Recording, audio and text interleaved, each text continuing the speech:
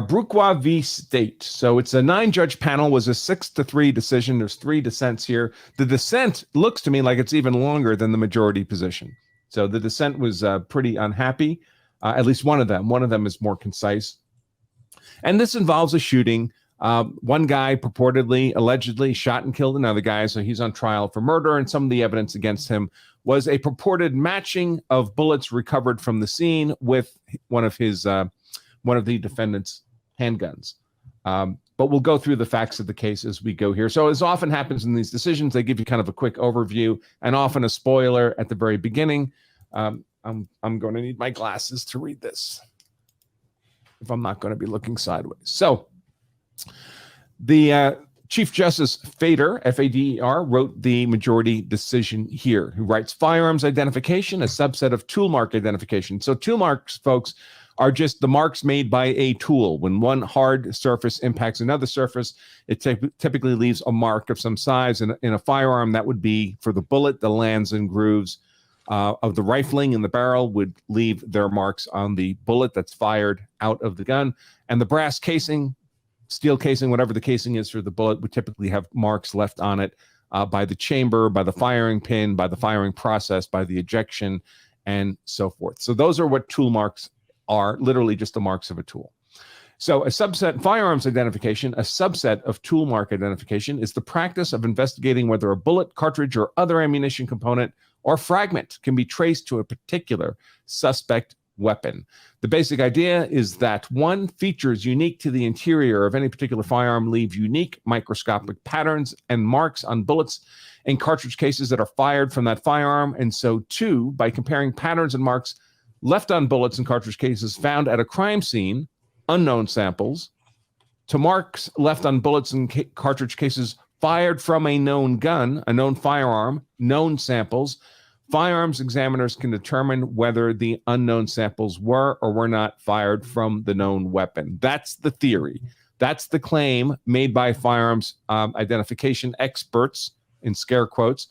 And the difficulty with all this, of course, is that this is never, well, rarely, many of these sciences that are forensic sciences that are introduced as evidence in the court don't have anything like the scientific foundation and validation you would want them to have. Certainly if your life was at stake or life in prison was at stake for you, and yet they're introduced as science, quote unquote, to the jury who know nothing about science, whatever, and it can simply result in improperly outweighing other evidence in the case or improperly leading the jury to conclude that you've been proven guilty beyond a reasonable doubt.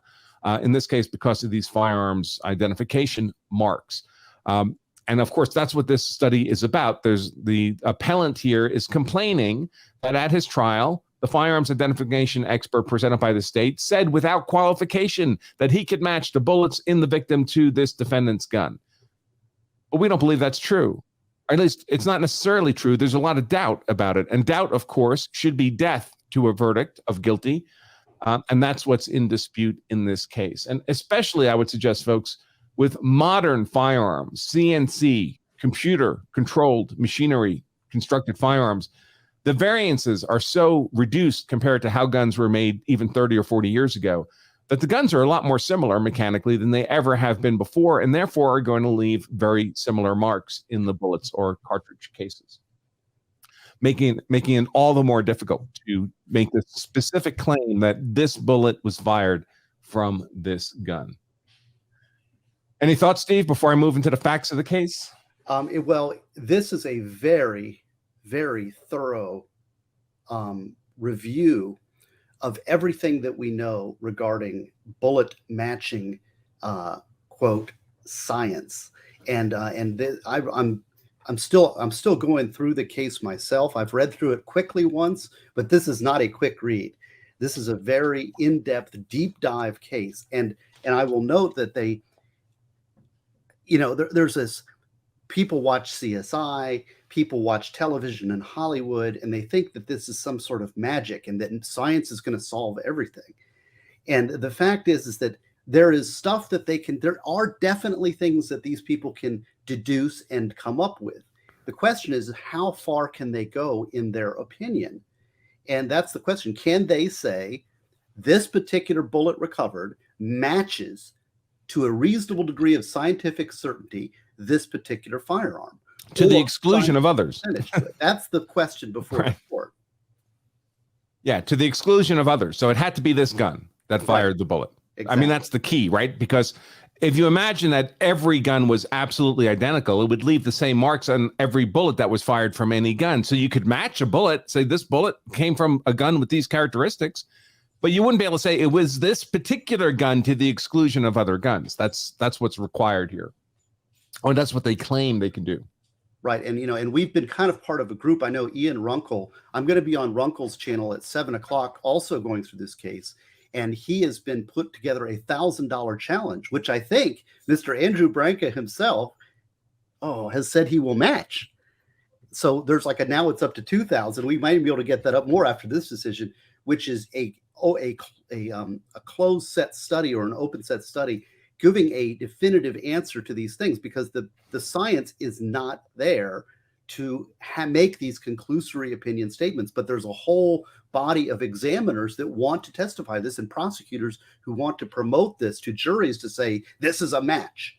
That's great stuff if you can get it in front of a jury. But is it true? Can it be done? That's the question. And of course, there's a lot of inertia here in the human sense, because people have built jobs and careers and written papers and sent people to prison for the rest of their lives on this kind of evidence. So they certainly don't want to suddenly turn around and say, oh, you know what? Maybe it isn't that good. Maybe I've been locking people up my entire career based on, crappy faux science evidence unjustly. So they have an inherent desire to convince everybody that this must be good science, that this must be valid. There's careers, there's professional associations, there's lots of inertia here to not do what this court is doing in its affirmative decision, which is casting a lot of doubt on this science.